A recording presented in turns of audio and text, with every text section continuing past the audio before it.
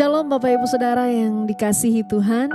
Siang hari ini kita mau menikmati hadirat Tuhan dan mengingat kembali kebaikan yang Tuhan buat dalam minggu ini dalam hidup kita.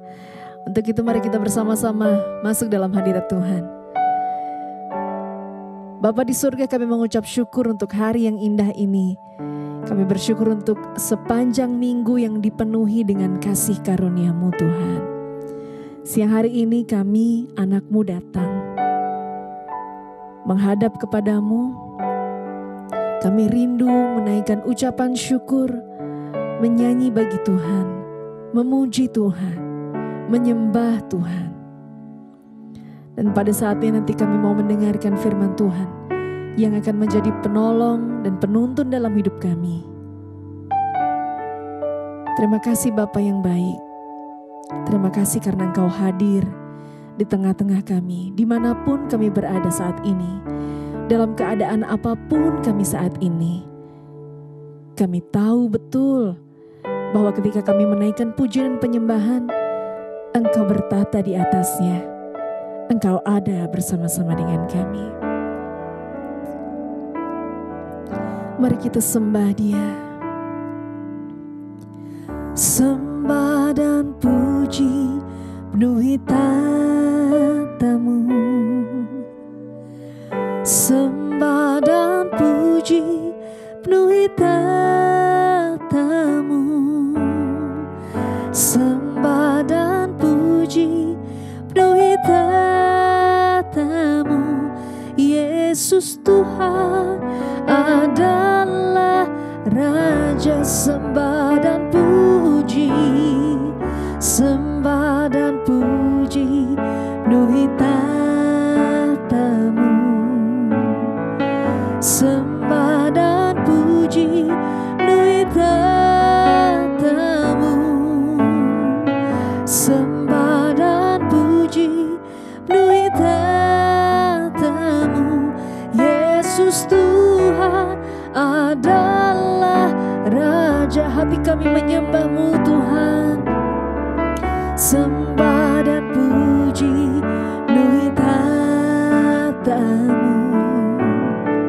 Sembah dan puji penuhi tatamu. Sembah dan puji penuhi tatamu. Yesus Tuhan adalah Raja. Kami sembah Kau Tuhan. Sembah dan puji penuhi tatamu. Sembah dan puji, sembah dan puji penuhi tatamu. Sembah dan puji penuhi tatamu. Yesus Tuhan adalah Raja. Yesus Tuhan, Yesus Tuhan adalah Raja. Yesus Tuhan adalah Raja. Yesus Tuhan Rajaku yang berdaulat atas hidupku. Hanya Engkau yang layak terima sembah. Hanya Yesus yang layak terima segala hormat. Hanya Yesus yang layak menerima segala puji-pujian. Oh haleluya, haleluya. Engkau Tuhan, Engkau Tuhanku, Engkau Rajaku. Haleluya, haleluya. Tuhan, Engkau yang berkuasa atas hidup kami. Engkau yang mengatur jalan hidup kami. Engkau yang menuntun setiap langkah kami. Kalau hari ini di antara kami Tuhan, kami sedang kebingungan, kami sedang mencari jalan keluar, Secara manusia pikiran kami sudah terbatas. Namun kami tahu bahwa Engkau Allah yang senantiasa menyediakan jalan keluar untuk setiap kami. Rancangan-Mu adalah rancangan damai sejahtera. Rancangan-Mu baik dalam setiap hidup kami. Untuk itu Tuhan, kami mau naikkan ucapan syukur bagi-Mu. Terima kasih Tuhan, terima kasih. Terima kasih Yesusku. Mari bersama pujikan terima kasih Yesusku. Terima kasih Yesusku buat anugerah yang Kau beri. Sebab hari ini Tuhan adakan syukur bagi-Mu. Terima kasih Yesus, terima kasih Yesusku buat anugerah yang Kau beri. Sebab hari ini Tuhan adakan syukur bagi-Mu. Kami berterima kasih Tuhan. Terima kasih Yesusku buat anugerah yang Kau beri. Sebab hari ini Tuhan adakan syukur bagi-Mu. Mari saudaraku, dengan segenap hati kita naikkan ucapan terima kasih untuk segala kebaikan yang Tuhan buat dalam hidup kita. Untuk segala kondisi yang hari ini sedang kita alami, baik ataupun buruk keadaannya, mari dari mulut kita keluar ucapan syukur dan terima kasih. Mari saudaraku bersama pujikan. Terima kasih Yesusku buat anugerah yang Kau beri. Sebab hari ini Tuhan adakan syukur bagi-Mu. Sekali lagi katakan, terima kasih Yesusku buat anugerah yang Kau beri. Sebab hari ini Tuhan adakan syukur bagi-Mu. Terima kasih, terima kasih Yesusku buat anugerah yang Kau beri. Sebab hari ini Tuhan adakan syukur bagi-Mu.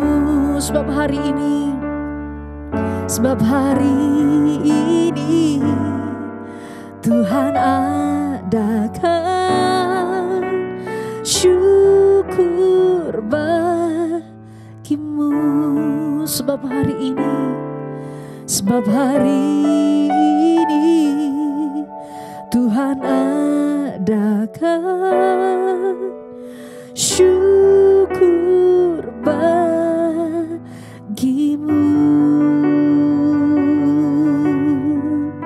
Kami ada hari ini karena Tuhan yang izinkan. Terima kasih Tuhan, sebab hari ini Tuhan adakan, sebab hari ini Tuhan jadikan. sehingga kami boleh menikmati hari yang begitu indah bersama dengan Tuhan. Terima kasih karena Engkau mengadakan segala yang kami perlukan. Segala yang kami butuhkan Tuhan sediakan. Terima kasih Tuhan Yesus yang baik. Haleluya, haleluya, haleluya.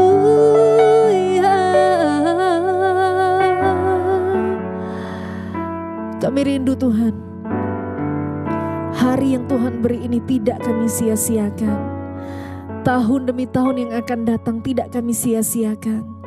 Kami mau terus jadi anak-Mu yang memberi terang dan garam bagi dunia ini. Jadikan kami indah Tuhan, jadikan kami indah. Haleluya. Jadikan aku indah yang Kau pandang mulia, seturut karya-Mu di dalam hidupku. Ajarku berharap hanya kepadamu, taat dan setia kepadamu. Tuhan, jadikan aku indah, jadikan aku indah yang Kau pandang mulia, seturut karya-Mu di dalam hidupku. Ajarku berharap hanya kepadamu, taat dan setia kepadamu. Tuhan, jadikan aku indah, jadikan aku indah yang Kau pandang mulia, seturut karya-Mu di dalam hidupku. Ajarku berharap hanya kepadamu, taat dan setia kepadamu. Tuhan, kami rindu menjadi anak-Mu yang taat dan setia, taat dan setia, taat dan setia, taat dan setia kepadamu Tuhan.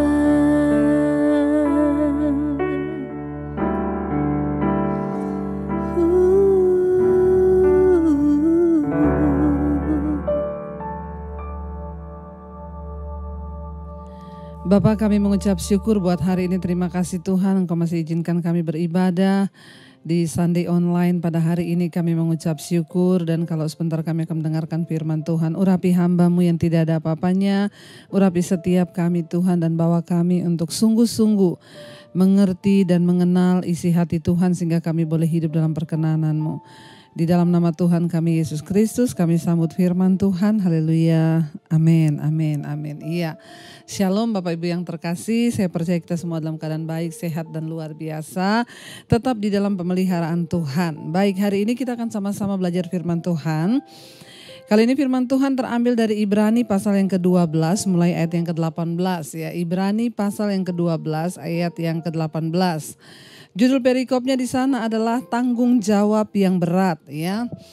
Aduh, kalau mendengar kata tanggung jawab itu berarti ya satu kewajiban yang harus kita pegang di dalam mengikuti Yesus. Ada sebagian orang berpikir ikut Yesus itu enak, ikut Yesus itu santai-santai saja, ikut Yesus itu pokoknya sudah kita percaya, kita menjalani hidup begitu-begitu saja. Ternyata saudara, di dalam mengikut Tuhan ada tanggung jawab yang berat.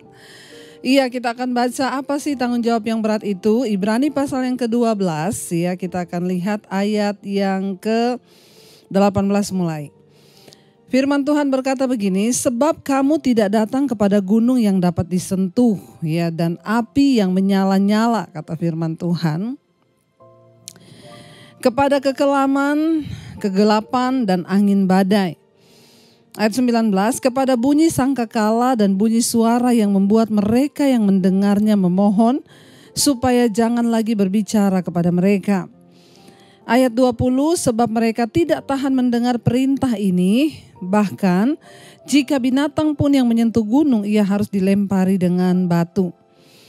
Ayat 21, dan sangat mengerikan pemandangan itu sehingga Musa berkata, aku sangat ketakutan dan sangat gemetar.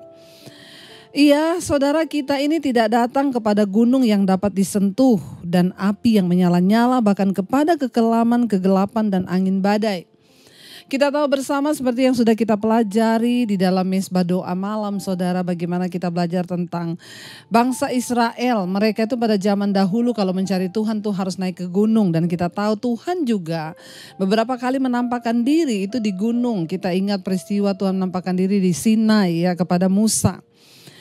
Jadi gunung itu dulu identik dengan tempat penyembahan. Tuhan menampakkan diri di gunung, ya mungkin karena memang gunung itu tempat yang tinggi, ya, dan di sanalah Musa ya diundang Tuhan untuk berjumpa dengan Tuhan. Karena itu seperti yang sudah kita belajar di setiap Mezbah Doa itu adalah di gunung-gunung itu, bangsa Israel juga akhirnya melakukan penyembahan-penyembahan berhala. Ya, mereka melakukan penyembahan berhala di gunung-gunung. Mereka mencari bahkan menyembah dewa-dewa di sana. Ayat ini berkata, saudara, kalau kita melihat di Ibrani pasal 12 ini, kalau saudara baca dari ayat yang pertama itu adalah bagaimana nasihat untuk kita ini bertekun di dalam iman, saudara ya. Jadi di sini dikatakan kita ini sekarang udah tidak hidup lagi di zaman perjanjian lama. Seperti bangsa Israel dulu ya, kita ini sekarang tidak datang kepada gunung yang bisa disentuh. Ya, kita tidak datang dengan api yang menyala-nyala atau kekelaman, kegelapan dan angin badai.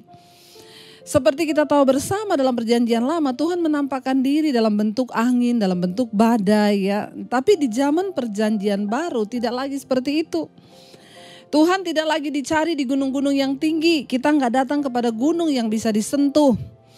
Atau kepada bunyi sangkakala dan bunyi suara yang membuat mereka mendengarnya memohon supaya jangan lagi berbicara kepadanya. Sekarang ini kita tidak lagi, Tuhan tuh tidak lagi berbicara di dalam murka ya, dengan suara atau dengan bunyi yang menakutkan, sehingga kita tahu bersama di zaman perjanjian lama orang tidak bisa menghampiri Allah dengan begitu saja.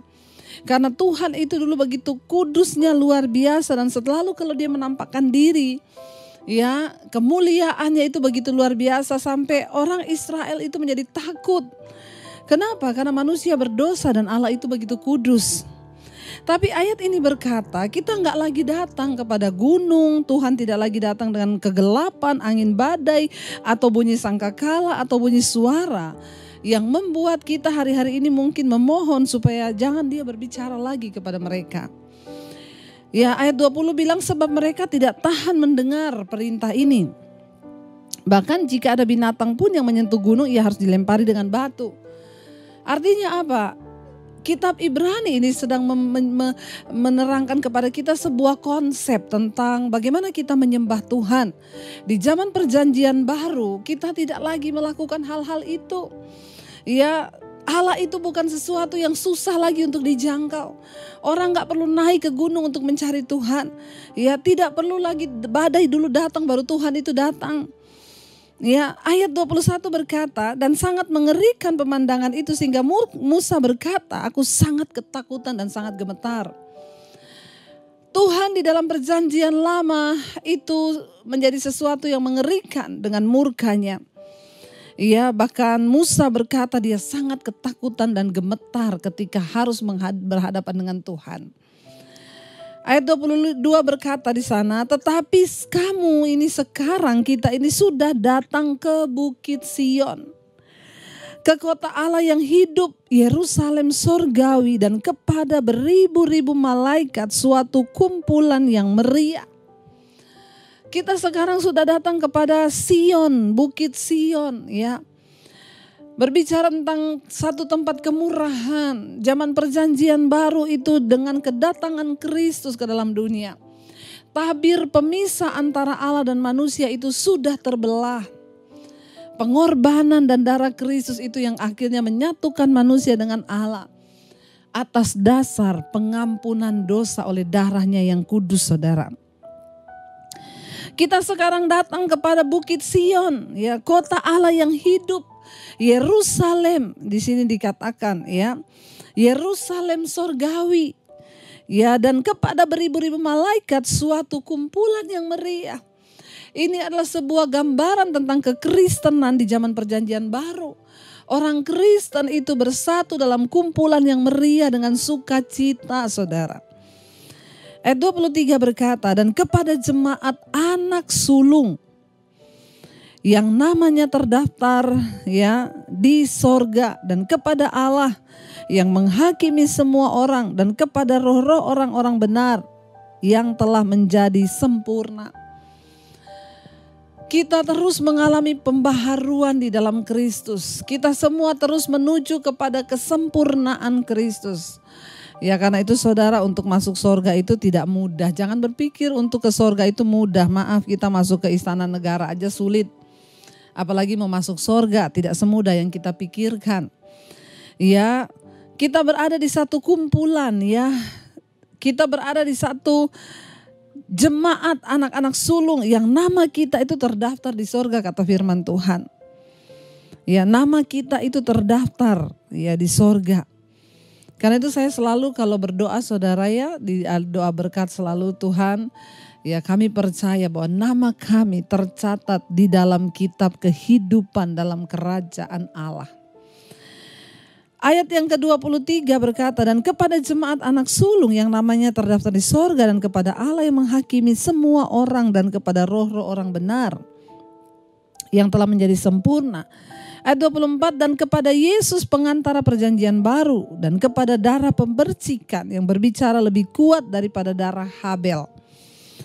Saudara yang terkasih, ya, kita hari-hari ini datang kepada Kristus, ya, Sang Imam perjanjian baru yang memperdamaikan kita dengan Allah Bapa. Kristus yang memperdamaikan kita dengan Tuhan. Hubungan yang tadinya rusak karena dosa. Manusia harusnya menerima penghukuman dan murka Allah. Tapi karena darah yang tercurah itu, kita setelah datang kepada Kristus, di sini dikatakan pengantara perjanjian baru, dan kepada darah pemercikan yang berbicara lebih kuat daripada darah Habel. Banyak orang yang datang bertanya kepada saya, berarti sekarang perjanjian lama itu udah gak dipakai lagi ya Bu? Tetap dipakai. Justru Yesus Kristus datang itu untuk menggenapi semua yang tertulis di dalam kitab Taurat. Ya, Yesus adalah penggenapan dari perjanjian lama itu, saudara. Kita telah datang kepada Kristus. Mari kita mulai mengubah konsep, ya, pemahaman tentang Tuhan. Bahwa ketika kita menerima Yesus, jalan kepada Allah itu terbuka lebar untuk kita datang secara pribadi. Makanya kenapa saya selalu berkata, jangan titip doa kepada pendeta.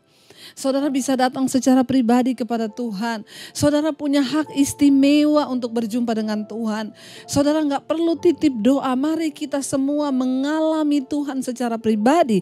Karena kedatangan Kristus, bahkan kematiannya di atas kayu salib, membawa jaminan dia adalah imam pengantara perjanjian baru yang akan membawa setiap kita, saudara. Banyak orang yang datang pada saya bertanya, Bu, saya ini banyak dosa. Saya jatuh bangun dalam dosa. Apakah Tuhan menerima saya dan apakah saya boleh datang kepada Tuhan? Saya bilang yes. Tuhan itu menerima orang yang mau bertobat. Selama kita mau bertobat, Tuhan pasti akan menerima kita. Dia Tuhan yang tidak bisa kita permainkan. Dia Allah yang mutlak. Kalau dia berkata dosa adalah penghukuman, maka itu akan terjadi. Tuhan pegang janjinya. Dia adalah Allah yang komitmen dengan apa yang dia katakan. Tetapi puji Tuhan, dia juga Allah yang penuh dengan kasih setia, yang selalu memberi dan menunggu kita untuk bertobat sebelum murka itu dijatuhkan atas hidup kita, saudara. Ya, mungkin kalau kita membaca di perjanjian lama, orang-orang yang hidup dalam dosa itu langsung dihukum, langsung mati. Sekarang kita ada di zaman perjanjian baru di dalam kasih karunia. Justru kita harus lebih berhati-hati. Kenapa? Ada orang yang main-main dengan pelayanan. Ada orang-orang yang main-main dengan Tuhan. Sudah melayani Tuhan sebagai pengkhotbah, singers, WL, main musik, tapi selingkuh jalan terus. Ya, karena orang tidak menghormati kasih karunia Tuhan. Dan mereka berpikir buktinya saya selingkuh, hidup saya tetap diberkati. Saya selingkuh, buktinya pelayanan saya aman-aman aja. Hati-hati saudara, kita hidup di zaman perjanjian baru. Itu kasih karunia terbuka lebar bagi kita yang mau bertobat. Tapi ingat, dosa tetap dosa. Penghukuman Tuhan tetap berlaku bagi mereka yang bermain-main dengan anugerah Tuhan. Kita datang kepada Kristus sebagai imam perantara perjanjian baru yang darahnya telah dicurahkan bagi saudara dan saya. Ayat yang ke-25. Jagalah supaya kamu jangan menolak Dia yang berfirman. Sebab jikalau mereka yang menolak Dia yang menyampaikan firman Allah di bumi tidak luput, apalagi kita, jika kita berpaling dari Dia yang berbicara dari sorga. Kita ada di hari-hari yang terakhir. Pergumulan, tekanan, persoalan terasa semakin berat hari-hari ini. Tapi satu hal Tuhan ingatkan kita saudara hari ini. Dia berkata, tetapi ya waspada saudara. Tetapi jagalah supaya kamu jangan menolak Dia. Kita memang hidup di zaman kasih karunia, bukan lagi di gunung, bukan lagi pada angin badai, bukan lagi pada murka Tuhan yang bisa datang kapan saja berbicara sehingga bangsa Israel menjadi ketakutan. Kita datang kepada kasih karunia Allah yang sudah menerima kita apa adanya. Tetapi ayat ini berkata, jagalah supaya kamu jangan menolak Dia yang berfirman. Hari-hari ini mungkin saudara berkata, saya gak pernah menolak Tuhan Bu, saya ibadah setiap hari Minggu Bu. Saya gak pernah menolak Tuhan Bu, saya mendengarkan firman, bahkan saya setia misbah doa. Orang yang menolak Tuhan bisa jadi dia masih datang kepada Tuhan. Orang yang menolak Tuhan bisa jadi dia masih bergereja, bahkan masih pelayanan. Tapi ketika kita tidak hidup sesuai dengan firman, ketika kita tidak taat dengan apa yang difirmankan dan aturan hukum kebenaran yang berlaku, maka itu artinya saudara, kita sudah menolak Dia yang berfirman. Ya, orang itu bisa saja saudara, kita misalnya kita punya kenalan, kita punya teman. Bisa jadi kita di depan masih bisa ketawa-ketawa dengan dia ya ketika dia datang. Tapi ketika orang itu pergi kita bilang gak usah didengar apa yang dia ngomong. Ini kan berarti saudara sudah menolak dia, tapi saudara menerima dia. Ketika dia datang, boleh gak saya main ke rumah? Boleh. Padahal di hati saudara itu begitu dia pulang ngomong gak usah didengar apa yang dia omongin.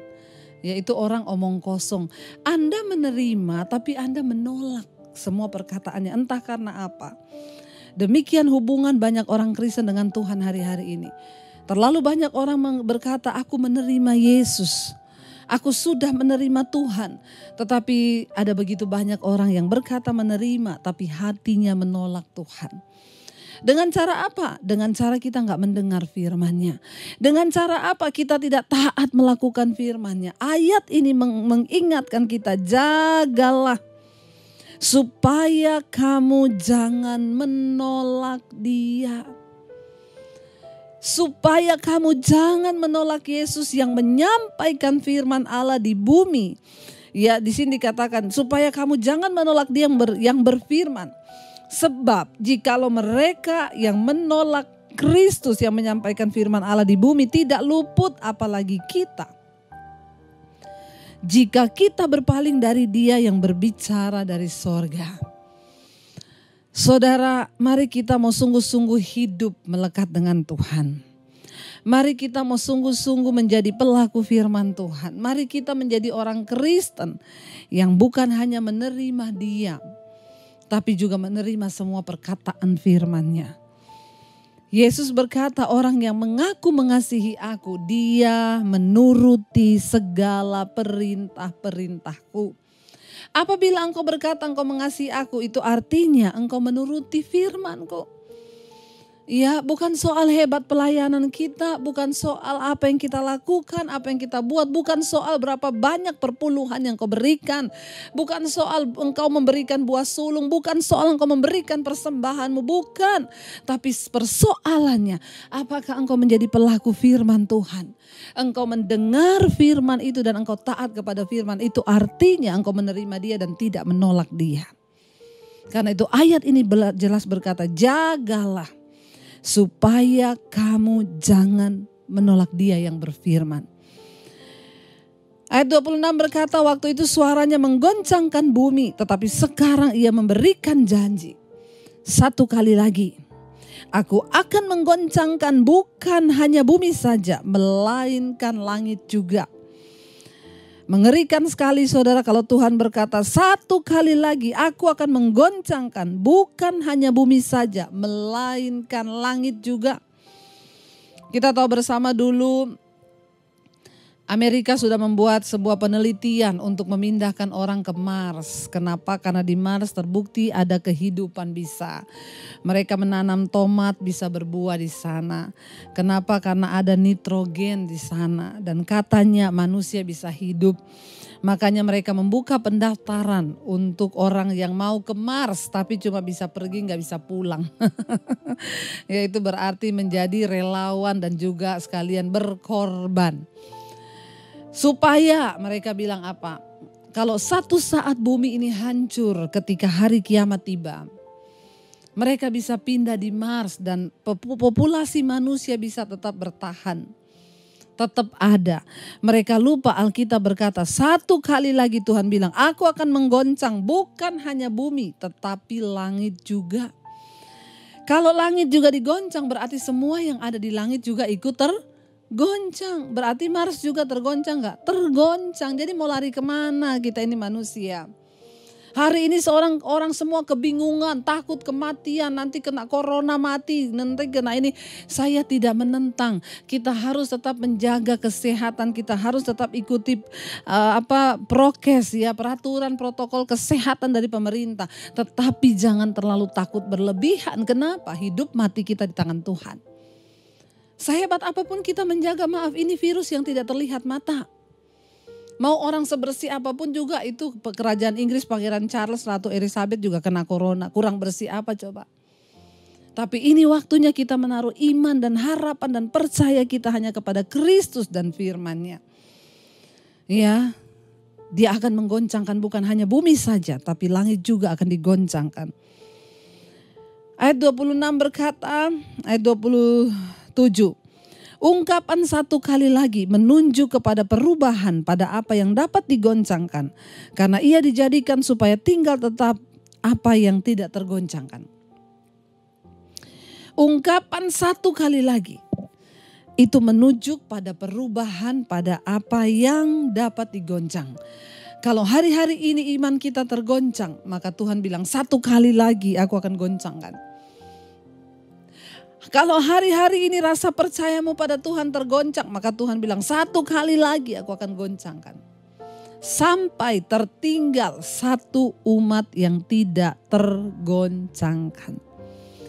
Mari kita mau punya daya percaya dan penyerahan total kepada Tuhan hari-hari ini. Sebab kita manusia, kita tidak punya kelebihan apa-apa.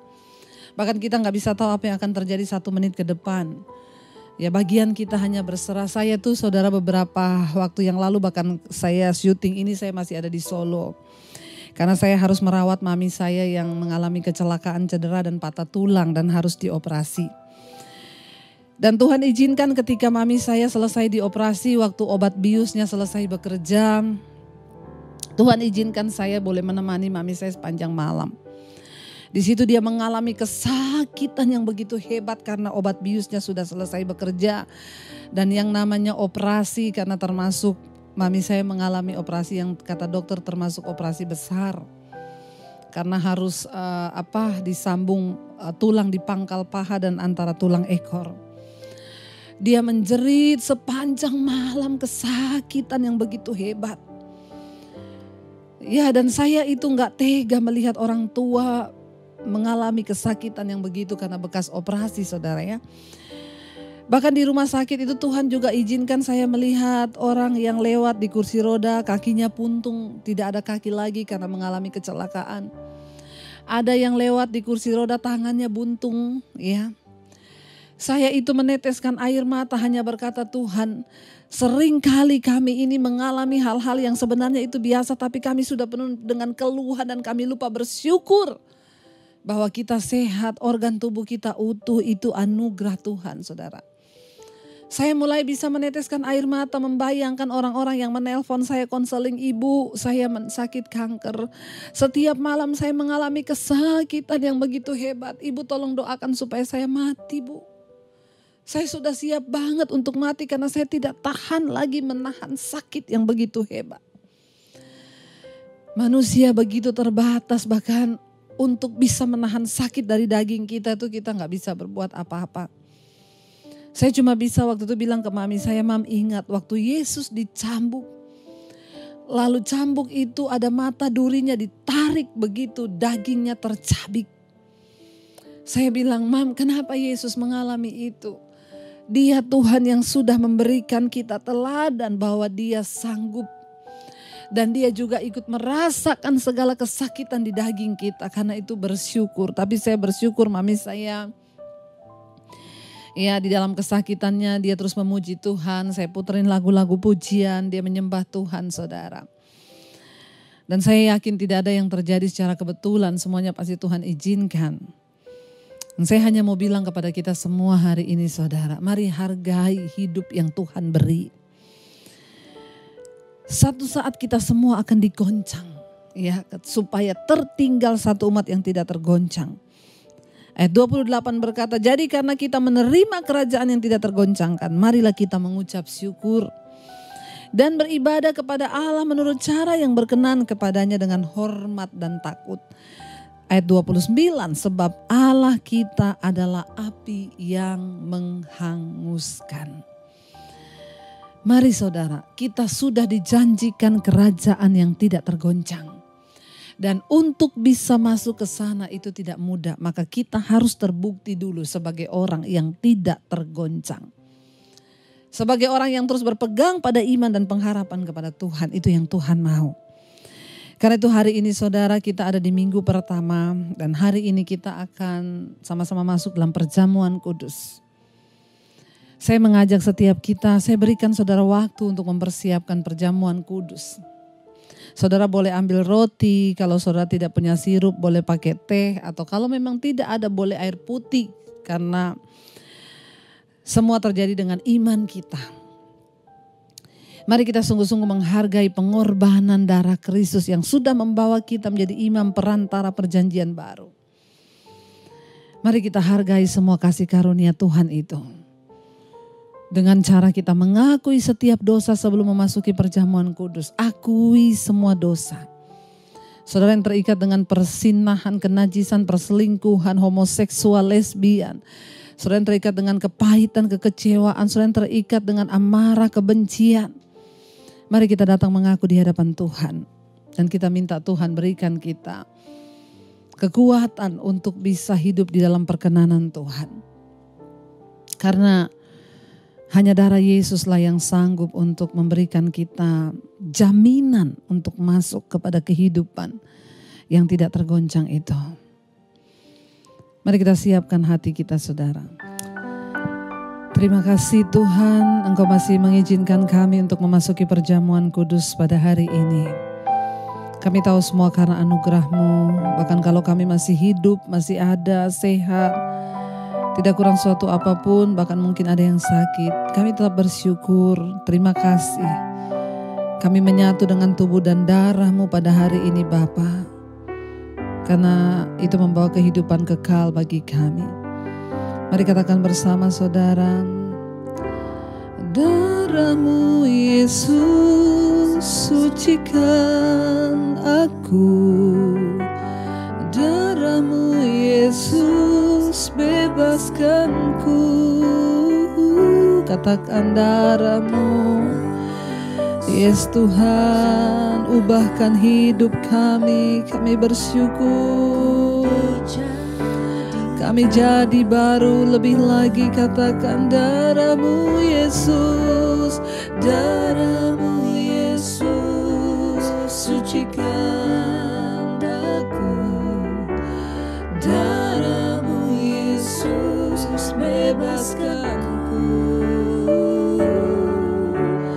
Darah-Mu Yesus, ubahkan hidup kami Tuhan.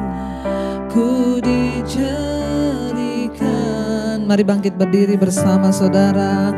Katakan sekali lagi, darah-Mu Yesus, sucikan. Engkau yang sucikan kami dengan darah-Mu yang kudus ya Tuhan. Engkau bebaskan kami Yesus.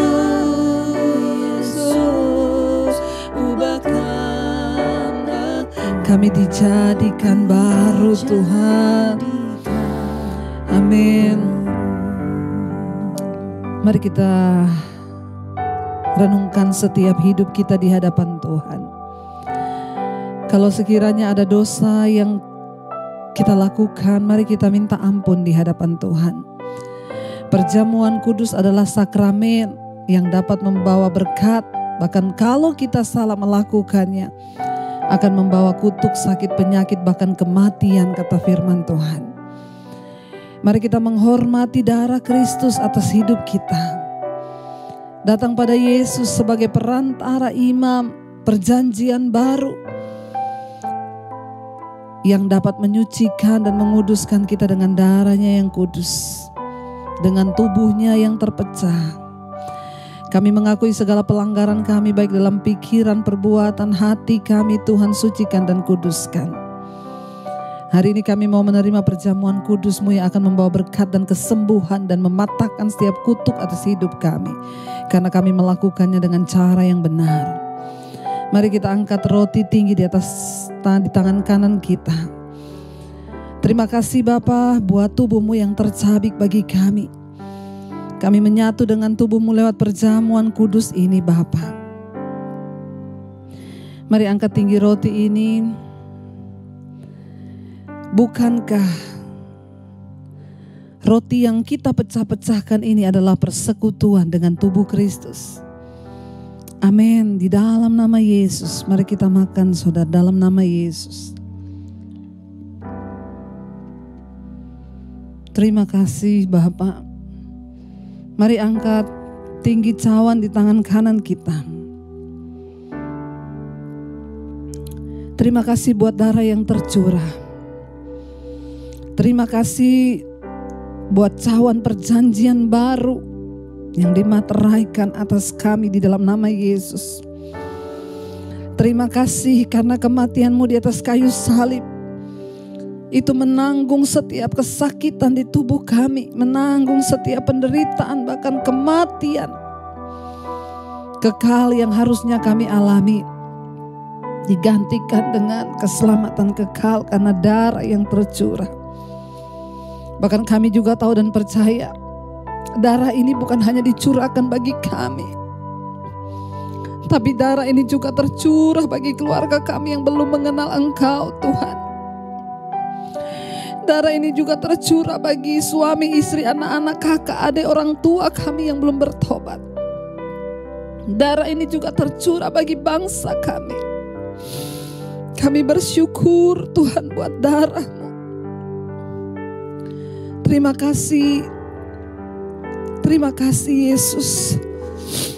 Mari kita angkat tinggi cawan di tangan kanan kita. Saudara, bukankah cawan pengucapan syukur yang atasnya kita ucapkan syukur adalah persekutuan dengan darah Kristus? Mari kita minum di dalam nama Yesus. Dalam nama Yesus. Terima kasih Tuhan, terima kasih Bapa buat darah-Mu yang tercurah bagi kami anak-Mu, menyembuhkan, memulihkan, memberkati kami. Terima kasih Tuhan, terima kasih. Kami bersyukur Bapa buat darah-Mu Yesus. Darah-Mu Yesus sucikan aku. Katakan dengan iman. Darah-Mu Yesus bebaskan kami. Darah-Mu Yesus ubahkan kami, dijadikan baru. Sekali lagi katakan, darah-Mu Yesus, darah-Mu Yesus sucikan. Amin. Darah-Mu yang bebaskan kami Tuhan. Yes Lord, darah-Mu Yesus ubahkan hidup kami Tuhan. Amin. Ku dijadikan baru. Kami bersyukur buat perjamuan hari ini. Kami dikuduskan. Yang sakit disembuhkan dalam nama Yesus. Yang berbeban berat Engkau berikan kelegaan. Yang terikat dengan kutuk dilepaskan dan Tuhan gantikan dengan berkat. Terima kasih buat keselamatan yang abadi yang Tuhan berikan buat kami. Kami tidak takut lagi karena kami tidak datang pada gunung, pada api yang menghanguskan, pada badai yang berbicara yang membuat kami jadi takut. Tapi kami datang kepada Imam Perjanjian Baru, Yesus Kristus yang menyelamatkan kami oleh kasih karunia. Namun kami mau Tuhan, kami mau belajar untuk tidak menolak Engkau, tidak menolak firman-Mu dalam hidup kami. Berkati setiap umat-Mu hari ini yang beribadah. Sucikan dan kuduskan hidup mereka dan bawa mereka dalam perkenanan-Mu. Semua mereka yang menghadapi masalah beban berat Tuhan, Engkau turut bekerja mendatangkan kebaikan. Kami juga percaya Tuhan memberkati bangsa kami, Indonesia, Bapak Presiden Jokowi, wakilnya dan seluruh jajaran kabinet yang ada. Lawatan Tuhan turun bagi bangsa kami Indonesia. Terima kasih buat hari ini. Kami membuka hati dan tangan kami untuk menerima berkat-Mu. Diberkatilah Engkau dalam kehidupan-Mu, diberkatilah rumah tangga-Mu, diberkati kesehatan-Mu, diberkati keuangan-Mu, diberkati keluar masuk-Mu, dan Engkau akan menjadi berkat bagi banyak orang. Karena itu terimalah kiranya berkat dari Allah Bapa, cinta kasih Tuhan Yesus Kristus, penyertaan Allah Roh Kudus menyertai hidup mulai dari hari ini bahkan sampai kali yang kedua. Tuhan Yesus datang menjemput kita semua, nama-Mu tercatat di dalam kitab kehidupan. Dalam nama Yesus yang percaya diberkati, katakan bersama, amin, amin. Tuhan memberkati. Shalom dan happy Sunday.